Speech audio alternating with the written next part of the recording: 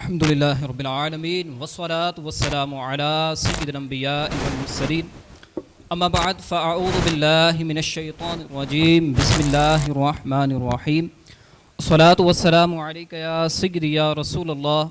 وعلى آلك وأصحابك يا سيدي يا حبيب الله الصلاة والسلام عليك يا سيدي يا نبي الله وعلى آلك وأصحابك يا سيدي يا نور الله. نبی اکرم نور مجسم صلی اللہ علیہ وآلہ وسلم کی ذات پر درود پاک پڑھنے کے بے شمار فضائل و برکات ہیں. صاحب دلائل الخیرات رحمۃ اللہ تعالی علیہ نے اپنی مشہور زمانہ کتاب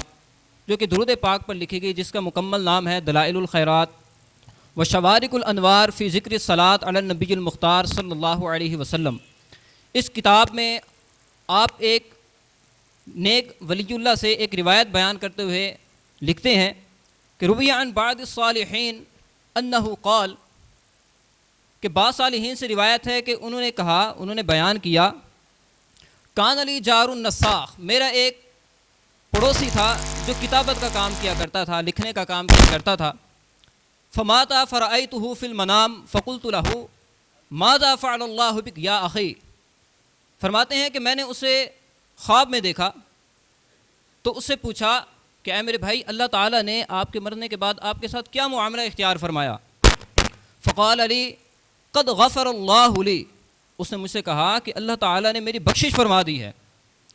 تو میں نے کہا قلت لہ فبما، وجہ کیا بنی، سبب کیا بنا مغفرت کا؟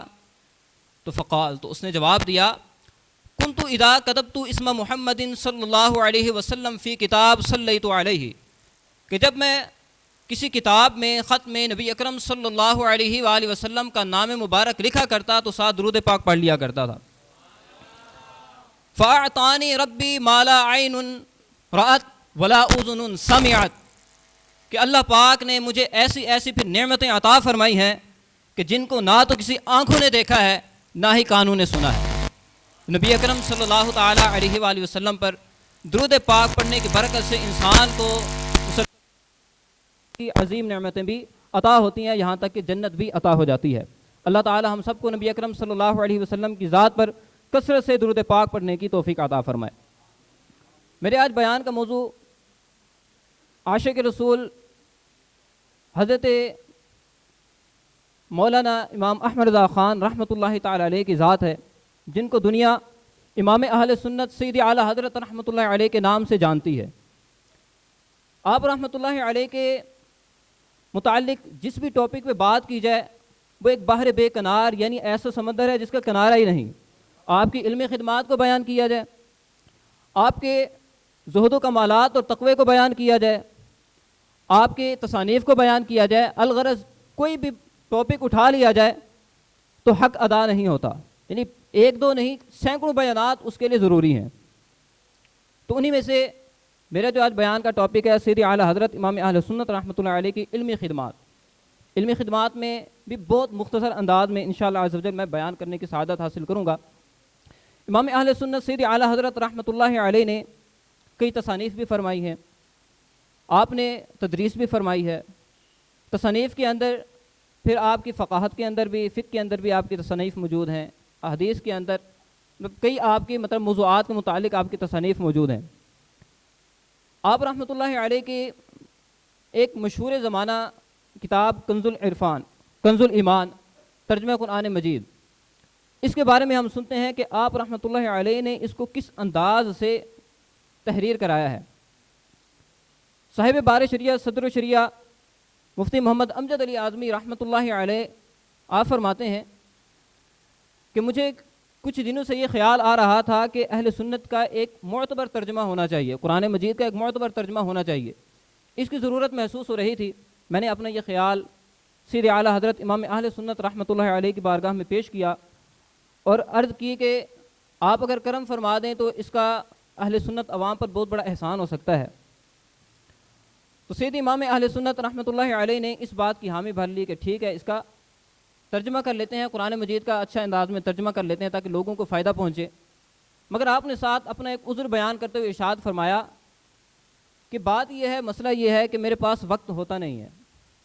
آپ جانتے ہیں کہ فتاویٰ کے جوابات بھی دینے ہوتے ہیں، دیگر کئی مصروفیات ہیں، عبادات ہیں وغیرہ، میرے پاس وقت نہیں ہوتا۔ ہاں یہ ہو سکتا ہے کہ دوپہر کے وقت جو میں آرام کیا کرتا ہوں اور جو رات کو آرام کیا کرتا ہوں، اس وقت میں آپ کو تھوڑا سا وقت دے دیتا ہوں، اس میں میں بتاتا جاؤں گا اور آپ اس کو لکھتے جائیے گا۔ تو مفتی امجد علی اعظمی رحمۃ اللہ علیہ نے بھی حامی بھر لی کہ ٹھیک ہے اس وقت میں حاضر ہو جاؤں گا، آپ فرمایا کریں اور میں لکھتا جایا کروں گا۔ تو امام اہل سنت رحمۃ اللہ علیہ اس ترجمے کو بیان کرتے جاتے، آیت پڑھتے، اس کا ترجمہ کرتے اور صاحب بار شریعت اس کو لکھتے جاتے تھے۔ پھر جب آپ رحمۃ اللہ علیہ فرماتے ہیں، مفتی امجد علی اعظمی رحمۃ اللہ علیہ فرماتے ہیں کہ جب میں لکھ لیتا تو اس کے بعد میں تفسیر کی بڑی بڑی کتابوں کے ساتھ جا کے اس کو میچ کرتا تھا، اس کو دیکھتا تھا کہ اس میں اور ان کتابوں میں فرق کیا ہے۔ تو آپ فرماتے ہیں کہ بڑی بڑی معتبر جو تفسیر کی کتابیں تھیں ان کے بالکل مطابق وہ ترجمہ ہوتا تھا، جبکہ وہ کتابیں کئی سال لگا کر لکھی گئی تھیں،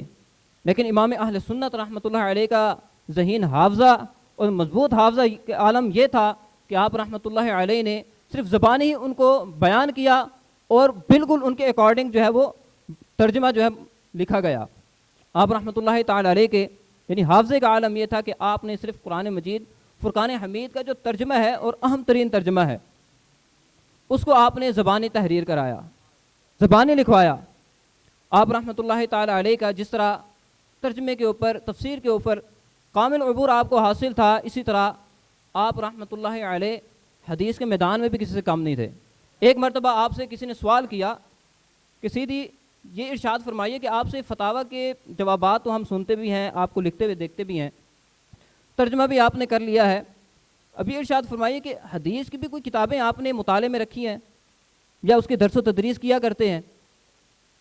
تو آپ رحمۃ اللہ علیہ نے بڑے پیارے انداز میں جواب دیا، ارشاد فرمایا کہ یہ فلاں کتابوں کے نام، یعنی 30 کتابوں کے نام تو مجھے معلوم ہے، ان 30 کتابوں کے احادیث کی 30 کتابوں کے نام آپ نے بیان فرمائے۔ اس کے بعد پھر ارشاد فرمایا کہ 50 سے زیادہ حدیث کی کتابیں، حدیث کے موضوع پر 50 سے زیادہ کتابیں میرے مطالعے میں اور درس و تدریس میں شامل رہی ہیں، یعنی اتنی کتابوں کا آپ نے مطالعہ کیا۔ آپ رحمۃ اللہ علیہ جیسے حدیث کے میدان میں ہم نے سنا کہ آپ نے بہت ساری کتابوں کا مطالعہ کیا، اسی طرح فقہ کے مقابلے میں، فقہ کے میدان میں بھی